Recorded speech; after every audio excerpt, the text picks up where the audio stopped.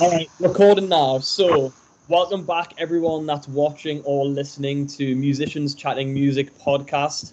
I'm back again with another cool, awesome, special guest. We've got Phil here from Downcast and many other places, which we're going to talk about literally in just a second. How are you doing today? You all right? I'm good, man. Thanks yourself. Good. Like I was just good, thank you. I was just saying before, loving the garden vibes. It's a nice it's a nice backdrop for the setting here. You know. So yeah, as we were talking just before this started, I was telling you I want to kind of start from scratch a little bit and just talk a little bit, just a brief journey, because obviously it could probably take hours to go through your whole kind of career and things, but just a brief little thing, maybe in two parts. One part being your career as far as like Downcast and Base HQ and stuff like that goes, and when that started and where that started and how that started, and then maybe just sprinkle in a little bit about the bands that you've played with and how you got into that, and just a few bits and bobs along the way. So maybe start off with the band stuff to give people kind of context on you as a musician as well. Okay, going back, we're starting at about '93. Was my first band, which was called Embalmed, really death metal band. You got to think I was 13, playing shows around South Shields and Newcastle and stuff, and it kind of went from there. I was just doing singing and guitar, and that went on for about 6 years or so. And then I decided to open up a rehearsal room, which was just for my bands. Mm-hmm. So that was over at a place called Holt Yard in Newcastle. Right. It's before it was even a big development. Then it was just like rooms, you know. It's all fancy now and art and kind of stuff. And so I opened that, and that was between 98 and 2004. Cool. But it wasn't the kind of practice room where you'd go in and you'd pay by the hour. It was my monthly place. So we had like 3 rooms there, 9 bands. Right. So that's kind of how the rehearsal side of things kind of got started. It was just a base for me, so I could be writing music all the time, you know. At that time, I was no longer doing the Embalmed band. That was from years back, and I'd started another band called Downcast, where the name Downcast comes from. It's from a lyric from the band Embalmed, actually. So the lyrics from about 94, 95, and I just took a word from there. And then I've kind of kept with it for the past 27 years. So that's pretty cool, because like I said before, like it's good for me to do this because I'll learn as well. So that's something new that I've learned as far as the kind of the context of where Downcast came from, which is pretty cool. There was one sentence in this track. It was a long-faced Downcast stand-up bear, and I was like, Downcast, that's how do you make a band name up? You just got to choose one. So I went with that one, and then with doing all the shows and all the bands, I was doing a promotion company as well. So it was Downcast Promotions, putting on shows all over the Northeast, all different genres, mainly metal, but all different genres as well. So and then I've just been playing with so many bands, like, so for years, you know. Yeah, I was just looking at the list that you sent over here, and I'm just thinking, oh my god, that's a lot of bands. You can tell that you're very kind of just want to do everything possible, but in a good way. I mean, if you think when I started, it was guitar and vocals. Mm-hmm. I've always wrote most of the songs. Just the older I've got, the further back on the stage I've kind of went. So it's kind of like being from vocalist to vocal guitar, and then just now I'm just on drums really for everyone. Yeah, I was going to say that's another fun, interesting thing for me as well, because I kind of have always known you as a drummer, to be honest with you. Like, I've always seen pictures of you online as a drummer, and like that's what I've kind of heard. And so like looking at the list that you sent me and stuff, and just seeing like vocals, guitar, this, that, I'm like, oh, cool, that's pretty interesting. The past like 7 years, I've always drummed, but never to a point where I could go and gig. I never had the confidence in myself to go and do it. For some reason, I don't know why.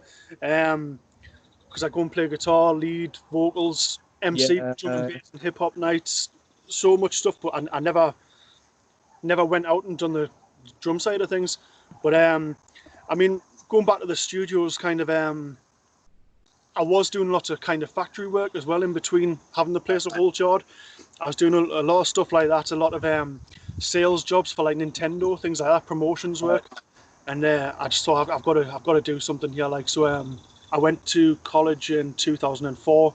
Right. Bit late going to college, you know, but at the same time I was having fun in between. So I'd done that for a year, then I'd done another 2 years at college. Got my foundation degree, other degree, and then I went to Newcastle Uni. I stayed there for 3 months, and at that time I'd just opened up Downcast at just off Durham Road in Gateshead. Right. It's Yeah. the first one we opened. Well, first one I opened. It was a weird place. It was a great studio. It got us going. It got a good customer base coming through, you know. But there was a few downsides to the building. There was lots of stairs. It was on a residential street. It was a very weird little place, but it kind of run its course because we got about 3 years in and we were getting loads of traffic warden tickets and things, and it just wasn't working. So then I had to try and find another premises. So that was 2008 until 2011. Right. And we moved over near Gateshead College. There was a huge place which I was taking on, like 4,500 square foot. Right. Over 2 different floors. It just didn't work out. There was like 8 months of legal kind of process, trying to get things sorted with the landlord and things. It just never happened. So it was kind of nearly the end of it. End of Downcast, you know. It was only short-lived for a few years, or 3 years. But managed to keep it going. I found one room in a place on Salt Meadows Road, just down from the college, and it was facing the place I was meant to buy. And that kept us ticking over. It wasn't done out in any way. It was just a shared factory, like a distribution office furniture place. So while they were busy doing stuff in the factories, I'd be in the studio just, you know, trying to work stuff out for the next premises. Luckily, then I found the one on 69 Park Lane, which is where we're at now, on the main Felon bypass. And yeah, I mean that's Downcast. In very brief, we've had the three premises. Yeah. And we're staying where we are now, hopefully, the 69 Park Lane one. So we're just trying to expand that place all the time. I mean, it's been 6 years, 7 years since I took over that premises. Right. And I'm just about to start getting more work done to it now. So it's about getting new walls, new doors, new ceilings. Awesome. A whole new makeover, you know. So I've never really had the time to get in and get it done. Yeah. More money in that kind of way as well. It's been more the time, but obviously there's got nothing but time at the minute. So yeah, 100%, yeah. So and then, just a quick question as well, out of curiosity, because obviously you talked about the 2008 thing, and then from there onwards and you talked about the college thing, etc. Yeah. I'm assuming before all of this, you were never doing like music as a job specifically. Is that right or not? Not specifically, yeah. So was it from like 2008 onwards that it became kind of like a career path and a job and a full-time thing? I'd say like from before 2008, I was always recording my bands, a few other bands, and then when I went to college, it was a bit earlier on, and I left uni because I had to make the decision of. I had 3 bands at the time. My wife, who I'm with now, obviously had family and things, and it was just a case of I thought going to uni, I'd be able to go in through the day, then go and do all the studio stuff on an evening. Didn't work out that way. It was kind of like the uni wanted you in on an evening, certain classes. So it kind of went from there. I had to give up the uni side of things to concentrate on the business.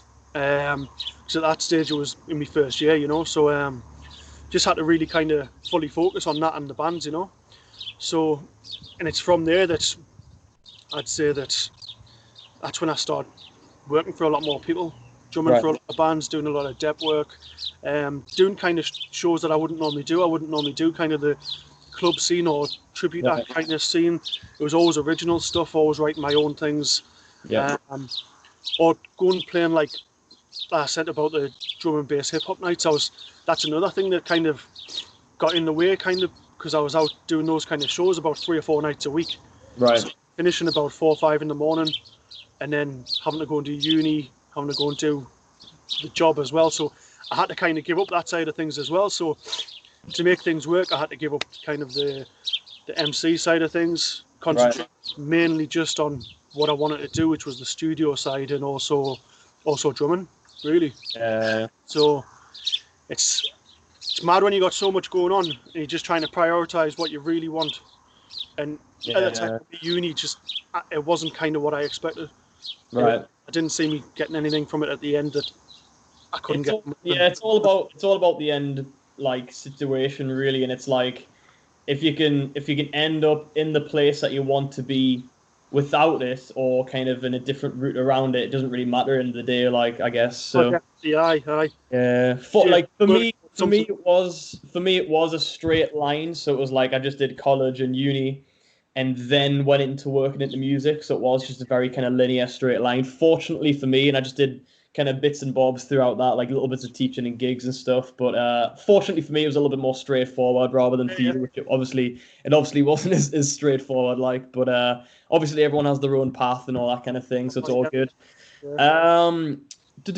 Talking a little bit about, we talked about Downcast a little bit. If you want to transition into the more newer part of kind of your career, which would be like the base HQ side of it, and then the van side of it as well, maybe a little bit too. Yeah, okay.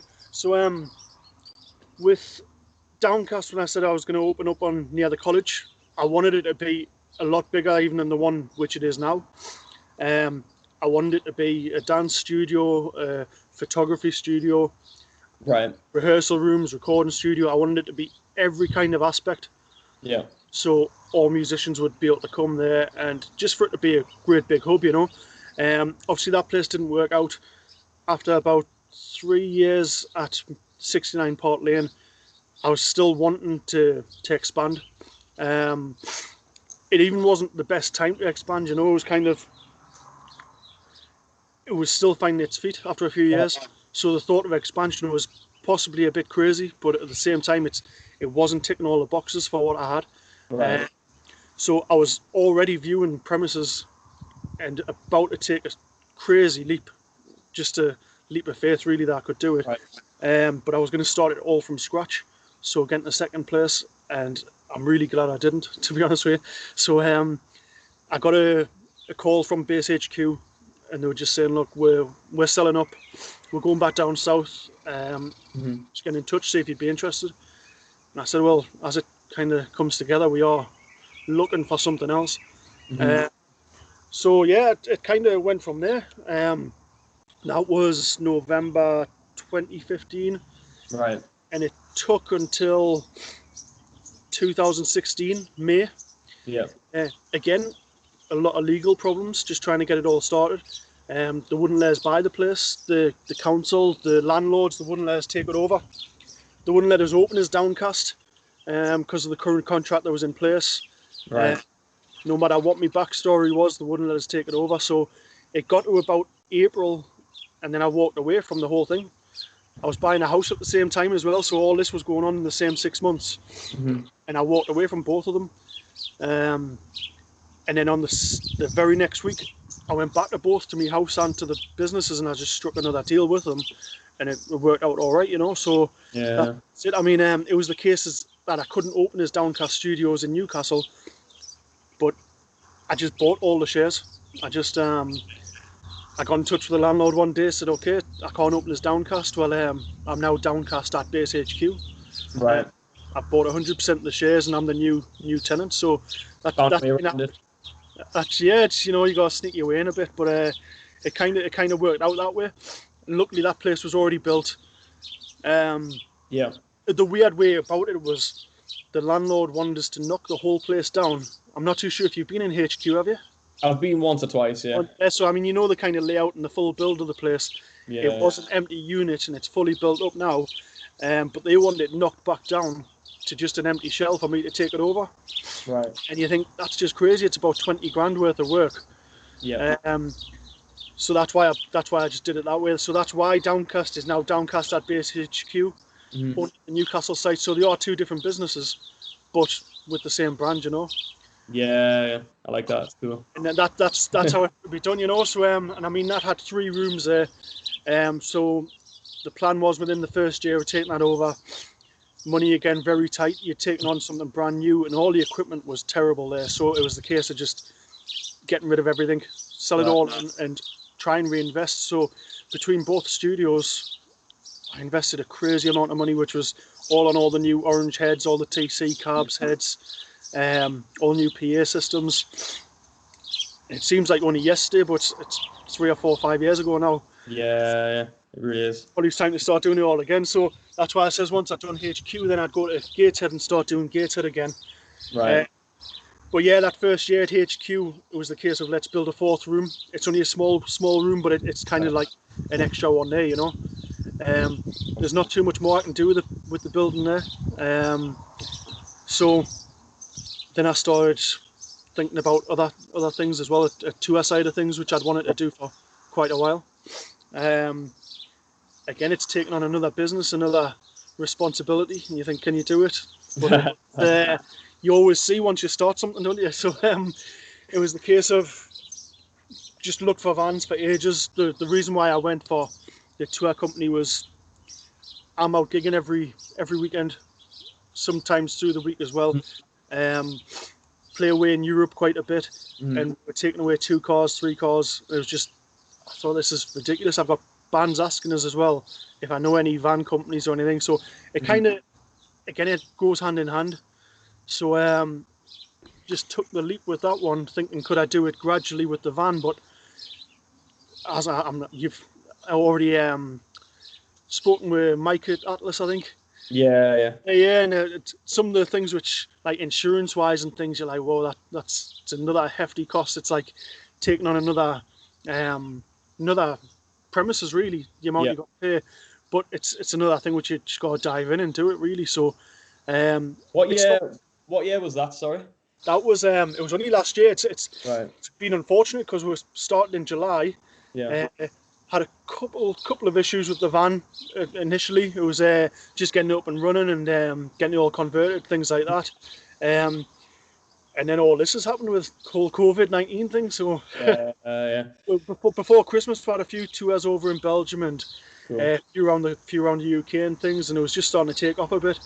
And then obviously we've had to shut. So I've actually, like, a lot of people that I know that have businesses and like small things going on, like it seems like they finally kind of got somewhere with something or the start of something relatively new, and then literally it's just been like hit the pause button straight away, and it's so unfortunate.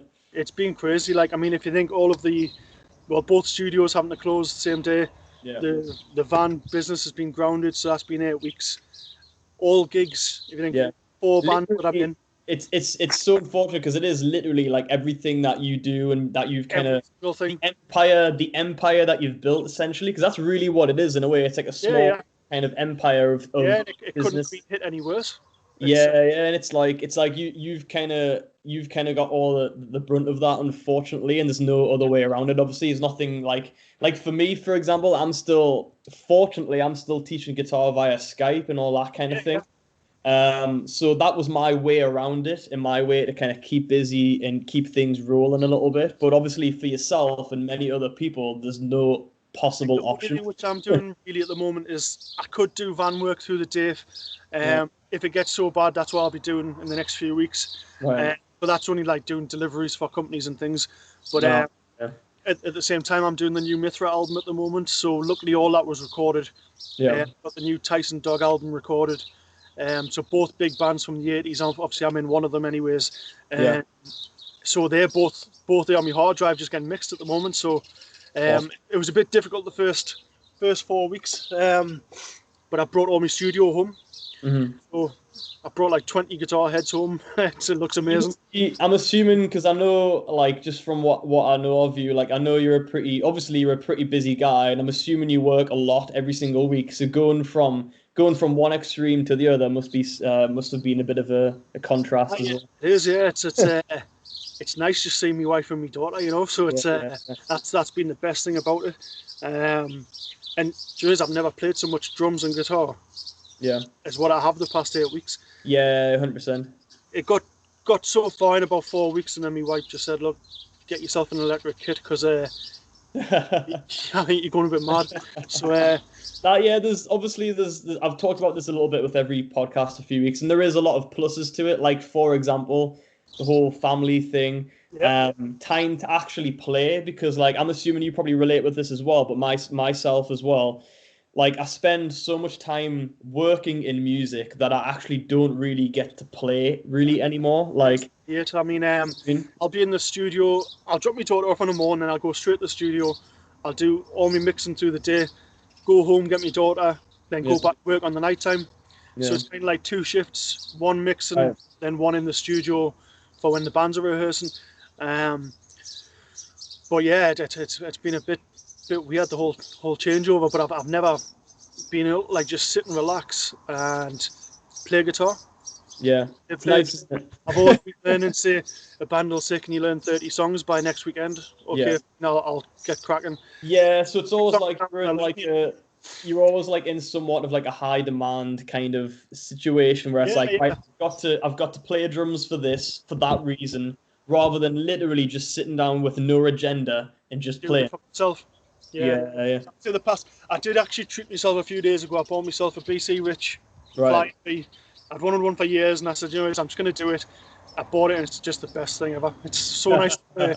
So I've just went straight back to the 90s and been playing Sepultura and Pantera and all this whammy bar stuff, and it's been class, So it's not horrible sounding like you're enjoying such a bad situation, but at the same time, it's you got to make what you're doing with it. You're either on isolation or out working frontline or things like that. So I'm taking care of my family, trying to keep the businesses afloat, which is and it's a huge worry. It's an insane worry, because if you think there's 3 businesses, 3 lots of rent, 3 lots of everything. So you just try not to think about that and just enjoy what it is for now. Yeah. I mean, that's kind of like why, because I started this podcast idea at the start of the year, and I did 3 or 4 of them in person, right? And then obviously when this happened, I was like, I've got a bit more free time. I want to keep doing it because it's fun, but let's do online like this. Yeah. It's good as well because people like you and Luke and Mike and stuff that I've talked to, it's at this time currently, at least it creates a little bit of awareness as well, and kind of like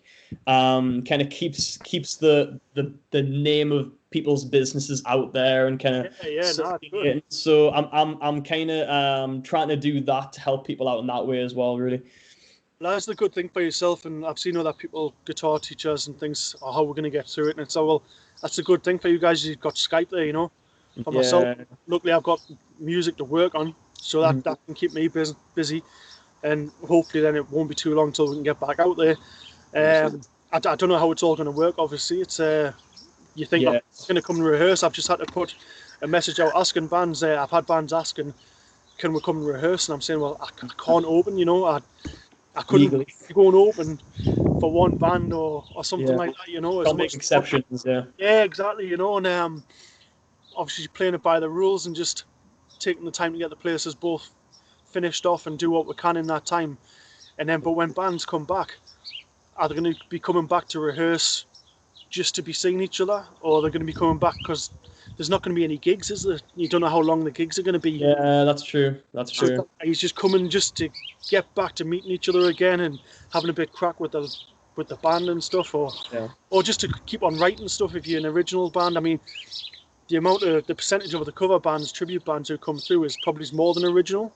Right. So you think if there's no venues, are you going to be coming back straight away, or to be honest, I never thought about that until you've just kind of pointed it out. I really didn't. It's all the worries which are there. It's if that's not there for someone to go and play or an audience, then what you're rehearsing for in a way, or are you rehearsing just for the love of seeing each other, or because you're writing more music, you want to get more recordings done? Yeah. So many reasons why, but I mean, hopefully venues will be opening again shortly, and I do believe, like, just for a bit of like optimism, I do believe that when things do reopen for yourself and other studios, that people will come back. Obviously, it might be gradually or smaller amounts, but like you were saying, like people just to. Like for me, for my originals band, for example, I know I'm excited to see all the guys again and jam with them, and don't even necessarily care about what we're doing. Really, I just want to be in the room with them and playing again. So I think that side will overpower all the other things, and it will make people just want to just be in a room and play together again. Really, so. I mean, I've done a couple of Skype calls with the band. We've done one with Mithra on Thursday last week. Yeah. Together and that, and it was a nice chat. Stayed on for a few hours. And then, funny, after that one, I went straight to another band chat. And that one went until about 3 a.m. So it was 6 hours of Zoom chats, I think. But it's couple of points. That's awesome. Couple of points I want to kind of hit on here. I know I'm just looking at my notes that you sent over as well. I know, like, kind of backtracking quite a lot, to be honest, because we've moved forward quite a lot. But talking about kind of the early days of Downcast, and you were talking about kind of the economic crash and stuff like that. Maybe like talk about how that was, like how you got through that, and like, do you think that going through that in a ways it has or hasn't benefited you to the current situation as well? Maybe I'd say, well, if you think that was August 2008, I was at the time trying to find premises. I was trying to get any funding. I was struggling with premises at the time. That's why we opened on Durham Road.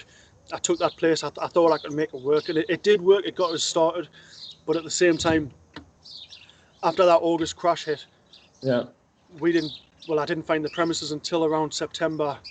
About September, I think. And then everyone's saying, "Don't do it." There's nothing there at the minute. There's no money there. There's no money for anybody. And when I say money, I mean for bands who are having to come in and play. They've got no money to rehearse, things like that, because it was pretty bad, you know.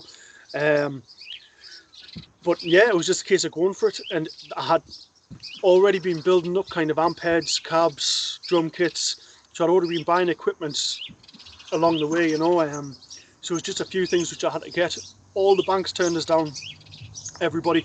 So I had no loans, no funding. And then I found one place, P&E, Project Northeast, Pink Lane. And from there, I managed to get some backing from those guys. They loved the business plan. And so, yeah, I managed to get 5,000 from them, which managed to get everything secured for what I needed to get the rooms opened. Was it a wise decision? I don't know. Honestly, it was what I wanted to do. Yeah. No matter what the circumstance of the economy, whatever. So many years of gigs, playing doing factory jobs, all this kind of stuff. It's not what I wanted. I'd had in my head since I was about 13, 14. So you're talking 93, 94. Yeah. So it took about 10 years to get kind of fully the idea of what I wanted. And then obviously I shut Whole Yard down. I had bands like taking over rooms and not paying us, and it was just becoming a ball ache having to chase people for money. And I said, no, it shouldn't be done this way, so let's do it by the hour. Let's open properly, let's open as the business. And I mean, that was in 2008, so we're 12 years in now. 2008, and then 8 years later I opened HQ, and then 3 years later I opened Van D's Tour Management. So yeah, I mean, it could have went a lot differently with the whole 100%, yeah. You know, but it worked. It was very, very hard. Yeah. Just trying to get punters through the door. I was a new business. People knew the name. If they were in kind of the metal scene, they knew the name by all the promotion side of things. So people would turn up, oh, I know you from that band from years ago. And so it kind of all went hand in hand. So having that name for the past 26, 27 years, it's kind of like... helps massively. Than something new, but I like the name, and it kind of stuck with us. So people go for what they know, and it's like if you can create something memorable that's simple, people are going to remember it, and they're going to come back and recognize it and resonate with it and everything that you just mentioned. So it's really good choice that you did. He says Downcast. It just doesn't sound like a studio. I was like, it doesn't sound like a studio, and so I started reeling off a load of other studio names. So don't sound like studios. I'm like, well, they're studios. And he's like, oh, well, I guess it could be any name gone. I was like, yeah. That's a separate conversation entirely. Because I remember I've talked to people loads, like band names, for example. Yeah. A band name never sounds like a band name until it becomes a band name. Like, do you know what I mean? Like, you know. I feel like a band name doesn't become anything until you've created the imagery and the audio and the visual and everything around it as a package and as a thing that people start to go, oh yeah, that sounds good, that looks cool, so on and so forth. But when you're first deciding on band names as a band, if you start a new band from scratch, it's like every idea just sounds terrible every single time. Like the point where you have to pick a name out of a hat. you know, the name should be the last thing really to worry about. Whatever you pick, it's going to stick, and whether it goes with it or not, that's what it is, you know. 100%, 100%. What bands? Let's bring it forward again. What bands are you currently working with? Just out of curiosity as well. Currently working with like recording or playing. Playing for. Okay, so 6 years ago, I joined a band called Mithra. Yeah. Mithra were around from about 1976. They were one of the original new wave of British heavy metal bands. Cool. Big influences for bands like Metallica, things like that, you know. So they split up in 1982. They were, let's think, so about 76 to 82, and then they had a 35-year break. There's a festival in Newcastle called Brofest. Right. Heard of that one? It brings back a load of bands from back in the day, and so they got Mithra back together really, and it's one of the guys who came to the studio who knew me, and he said, "Would you fancy drumming?" So I started then 6 years ago. It was meant to be one show at Northumbria Uni. One show we'd done, and then the day after we got off, I gigs in Germany and a record deal, things like that. Right. So it kind of, the original plan of one show just didn't work. So make this other plan of how many years we were going to do it, and we said about two years. We're 6 years in now. We've done the first 5 songs in 35 years were recorded at the Gateshead Downcast. Yeah. They were album from releases from the early days, so all these EPs that they had, singles. They never originally had an album which came out. They just had lots of singles. Right. These guys were like big in the charts back then, and touring with bands like Saxon and Motorhead and all those kind of bands, you know. And so yeah, and then we've got those 5 tracks on that album. Then we went to Poland to do another album for a couple of weeks over there, and then we've just finished off our second album now, which I'm just busy in the process of mixing. Yeah. So that's coming out hopefully the next few months. Other bands is Dirty Rock and Roll, who's a 3-piece, which it's a mix of like punk, rock, hip hop, drum and bass, everything. We don't take it too seriously. We're all business people though, so it's kind of hard to meet up all the time. Oh yeah. So it's quite casual, but I think in the past year we've been trying to get that one a bit more out there, you know. Cool. And then I'm with a band called Assassin. Right. That's a great one because it's kind of like just all metal. It's all like Rainbow, Motorhead. Right. It's all them kind of covers. Things I'd never played cover bands before until about 3.5 years ago.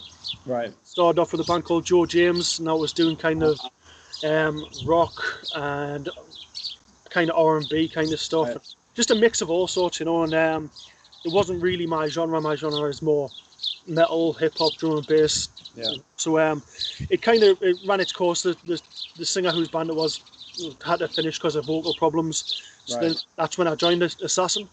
And then from there, a few months later, UKDC were after somebody. So I've managed to squeeze that one in as well, you know. So, I know with Mithra, like we're gigs are nearly always in Europe. We don't do too much in the UK. In the past few years, we've done like California, Belgium, Germany, Spain, things like that. And so we only do a few shows a year. Right. So that leaves my weekends for playing with UKDC and Assassin, you know. Yeah. So then the Dirty Rock and Roll ones, again, we only play a few times a year, but so we're actually concentrating on the album at the minute. Just 7 years, I think. 7 years. So awesome. So right, full of busy, man. Definitely, man. I'm gonna start slowly, kind of working towards wrapping things up here. Yeah. Kind of just to kind of ask to kind of slowly wrap up. Obviously, given the current circumstances, who knows what and all of that kind of thing going forward in the future and stuff, but either give an answer based upon the current circumstance or an answer based upon if this never happened, of like your plan going forward, what you want to try to achieve, what you want to like grow, what you want to kind of just like little goals and things that you want to achieve and do. I mean, although I've got new leases on both new places, I think the final goal would be to have that bigger premises, which I wanted a few years back. So I'm running from the one place. Yeah. I'd like it that way, and I'd like it to be like video production, all drum tuition, guitar tuition, things like that. Right. I still want to be based in this, but I kind of want to get more to doing like possibly my drum diploma. Right. Let's see about doing that, and get teaching myself. It's something I've never had drum lessons. I've never had guitar lessons. Right. It's kind of happened where I'm playing all over the place, just enjoying what I do. But Yeah. I'd like to eventually. I mean, we do rock school exams at the studios, things like I'd like to get graded in things and possibly start teaching. Right. Just as an extra side of the business, Yeah.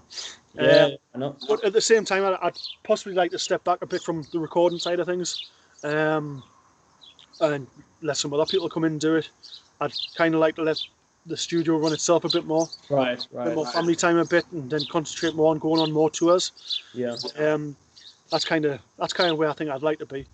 I'd like to get Van D's tour management fully going. I say it's been a bit of a shame because we got just kind of started there. Then first 6 months, and then having to shut your business within the first 6 months of a new venture, it's a bit of a killer. Like, so it's going to what you want. Yeah. Get that back up and going. If it gets up and going, fantastic. If not, doesn't matter. It's just one of those things. You take risks and you try, and like one studio was a risk. One turned into two, then it turned into three, and now you're an ultimate risk taker. yeah. Fear factor. So yeah, Awesome. I mean, who knows? But I mean, there's nothing going to change studio wise. Hopefully, hopefully we'll be able to expand on the band business. Definitely. Like I say, as long as I'm playing every weekend again, hopefully soon.